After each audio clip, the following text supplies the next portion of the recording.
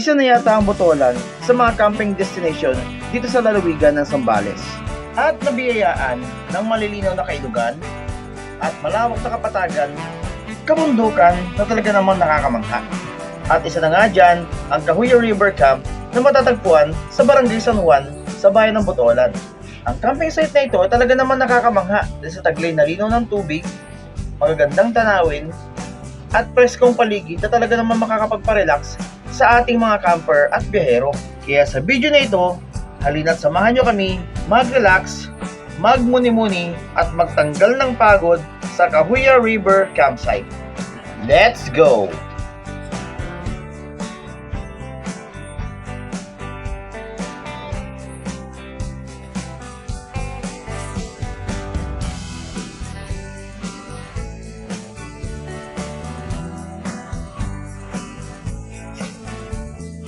Excited na si baby boy. Excited ka na? Saka ano, picnic natin. Dati, ito yung ginagamit namin, oh. Pag meron kaming lakad or meron kaming outing. Ngayon, ito na. Yung tuk-tuk na nabili natin siguro mga 1 year ago. Kasi meron kaming pupuntahan ngayon mga bro. Pupunta ulit kami ng Kahuya Kalia. Kaya ito muna yung gagamitin namin. Kahit pa paano ay komportable kami. Kasama natin si Ayon. I-share namin sa inyo experience namin sa Kahuya Kalia.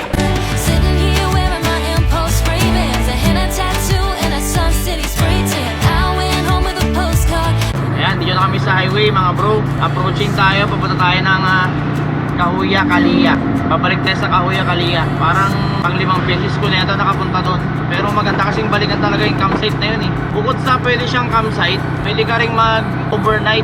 Kumbaga meron silang overnight camping, meron silang tent pitching, mga ganon, car camping, tsaka day tour.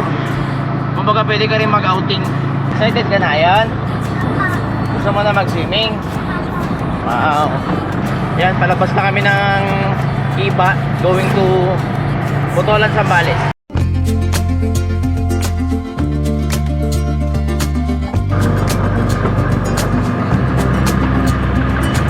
Ayan, dito namin sa Botolan mga bro. Malapit lang naman kasi sa Iba ang ang Kahuya. Parang mga 15 minutes ang biyahe. Depende sa pagpapatakbo eh. Malaratingan natin agad yung Kahuya River Campsite. Tsaka maayos din naman kasi ang daan dito kaya mabilis ang puntahan. Di ka to natatag yung ibang campsite na flip-flip. Kaya mahirap puntahan. Eh ito, highway lang naman. Tapos yung papasok, sementado rin kaya madali lang puntahan yung Kahuya River Campsite. Hindi gusto naming daanan mga bro. Pag pumunta kami ng Botolan. Yung mga punong na yan. Punong narabayan lap. Narabayan akasya. Yan. Sa tuwing dumadaan kami dito, ayan, pinagmamasdan namin lagi yung mga puro sa tabing daan.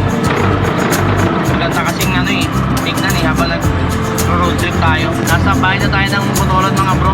Mga ilang minuto na lang, mararating na natin yung Kahuya River Campsite. Malapit na lang yun dito. Bali, papasok na lang yun eh. Lagpas natin sa mismong bahay ng Botolan. Nasa Batundapok na tayo. Ito yung papasok, papunta ng kanto. Ito ay papunta ng Barangay Paudpud, San Juan, tsaka Baquilan.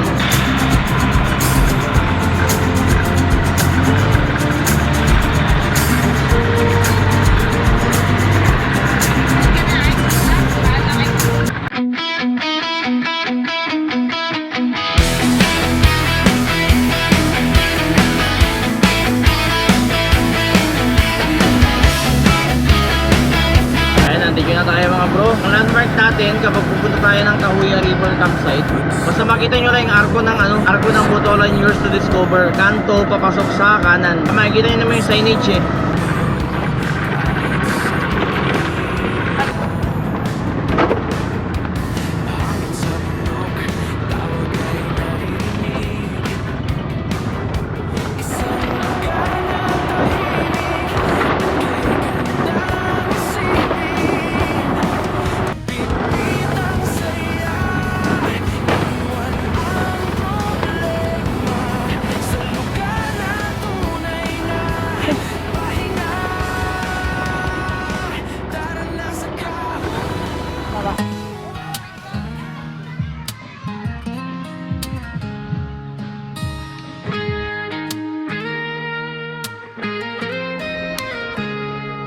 Pagod sa trabaho, isip ay magulo.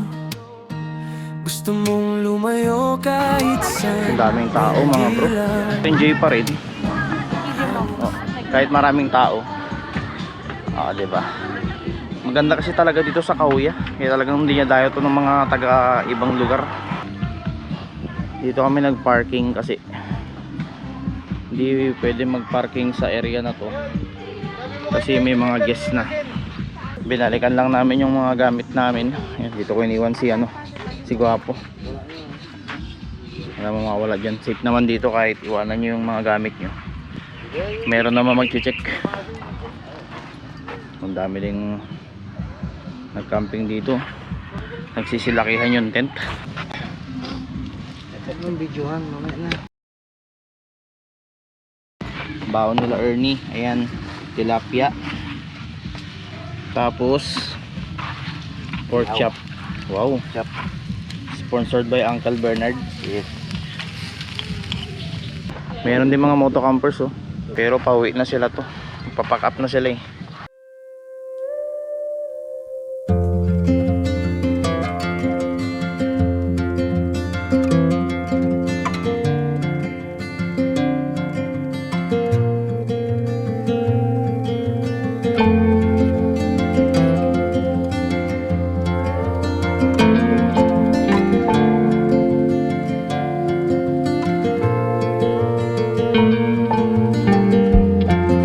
Balik na mga tayo sa pwesto natin. Ito yung bag namin oh.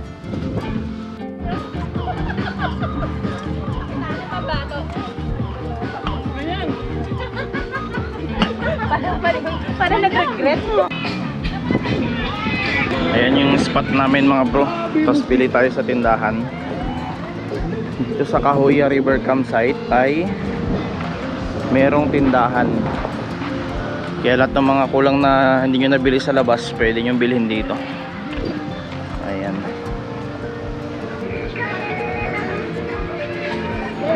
Meron na palang iba-ibang sticker dito. Kapatay yung sticker, hindi pa natin madikit. Hello po. Hello po, kita yelo. Taga saan kayo, sir? Ay, tagig pa. Layo. Hey po, Dito kami sa Botolan. malapit lang.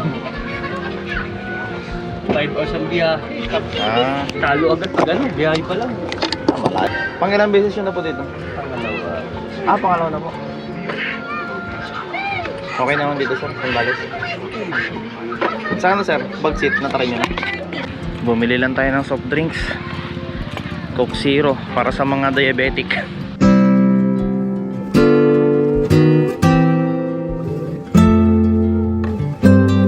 Balik lang tayo ng tuktok mga bro. Ayan. Kinuha ko na yung upuan. Lipat natin yung pwesto ng tuktok natin. Doon tayo sa original spot natin. Kung mapansin nyo mga bro, talagang kompleto naman talaga yung yung Kahuya River Campsite kasi merong volleyball court, 'di ba? Merong mga laboratory, merong grilling area, merong mga CR, 'di ba? Tsaka meron sari-sari store para makapag ihaw or makabili ng mga yung mga campers dito kasi yung iba sa labas pa bumibili, pero pag may mga nakalimutan kayong bilhin, pwede nyo bilhin doon, kumpleto naman. Yan, lipat na natin mga bro yung natin, tuktok natin doon sa tabi ng area natin.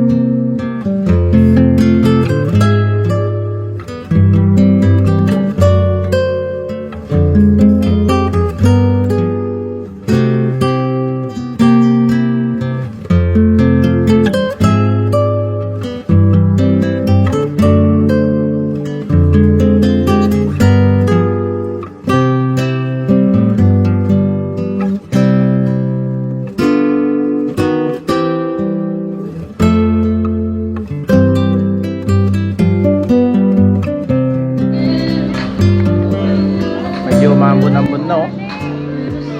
Ito yung kasarapang maligo ngayon.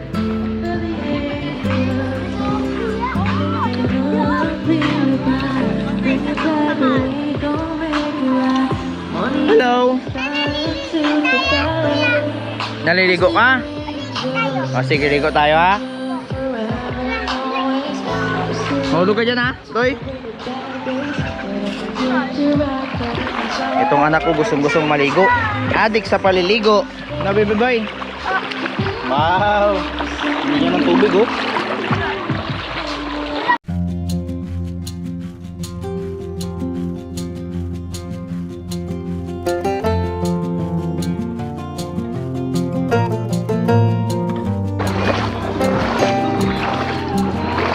Tingnan nyo naman kung gano'ng kalinaw ang ilog dito sa Kabuya River Campsite. Ay.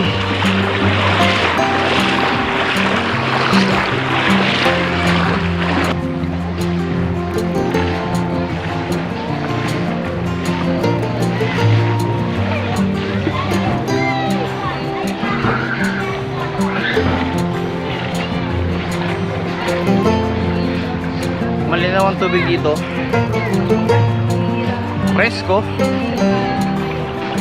Tsaka talagang masarap maligo. Hanap tayo ng spot na maganda. Mayroon dito spot na medyo malalim-lalim eh. Dami nagka-camping dito.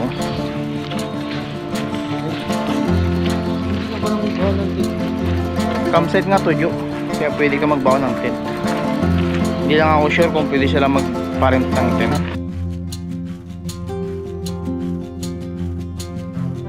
Ito na lang uyan ko na to. Ito yung spot namin dati. Talagang gumanda yung tubig nung nag-uulan.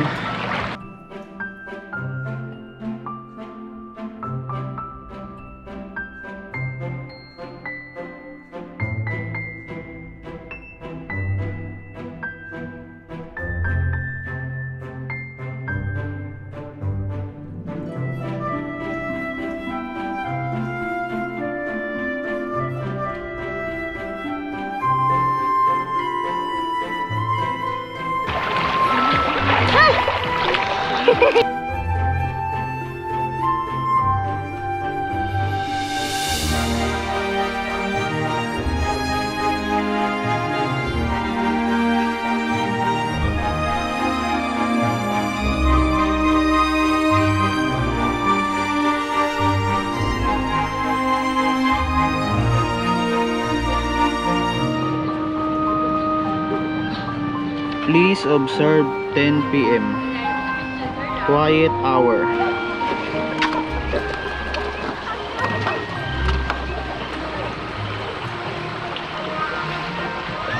Ang kagandahan dito mga bro, tahimik.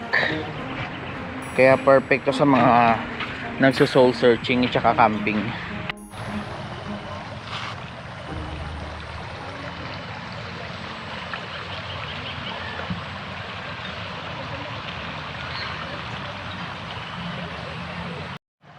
Ang ganda lang tignan nung mga kawayan. Pag andito ka sa silong ng kawayan, ang ganda lang tignan.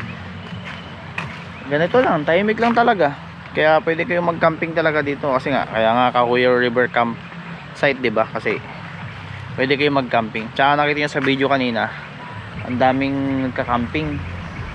Kaya siguro sa mga susunod na araw, babalik ako dito para mag-camping tapos meron tayong mga isasama mga tropa.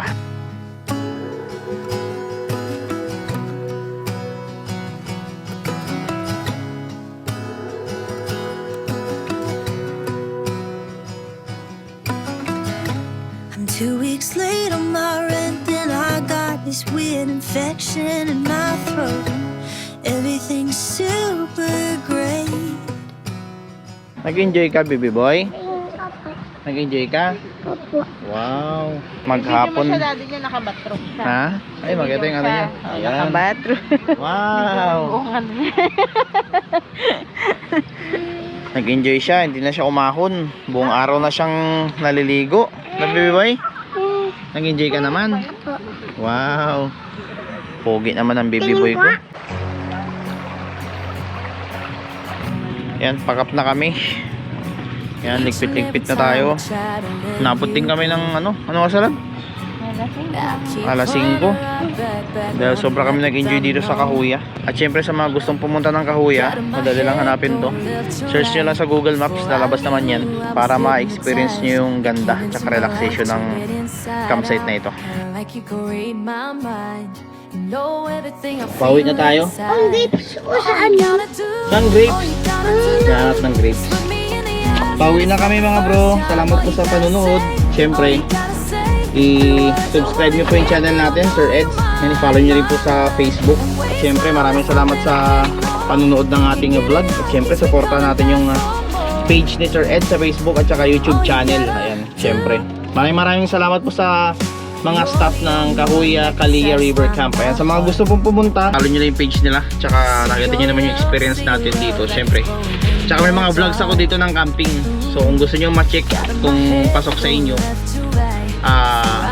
puntahan nyo. Pero syempre sinisiguro ko sa inyo na yung Kahuya Kalia River Camp ay napakagandang pagcampingan. Talaga solid na solid. You know everything I feel inside. Just look me in the eyes and it's not the first time. All you gotta say, the words I wanna hear, then I'll know you're mine. And when you smile, it's something I can't ignore. Can't get enough, keeps me coming back for more. Oh yeah, all you gotta do.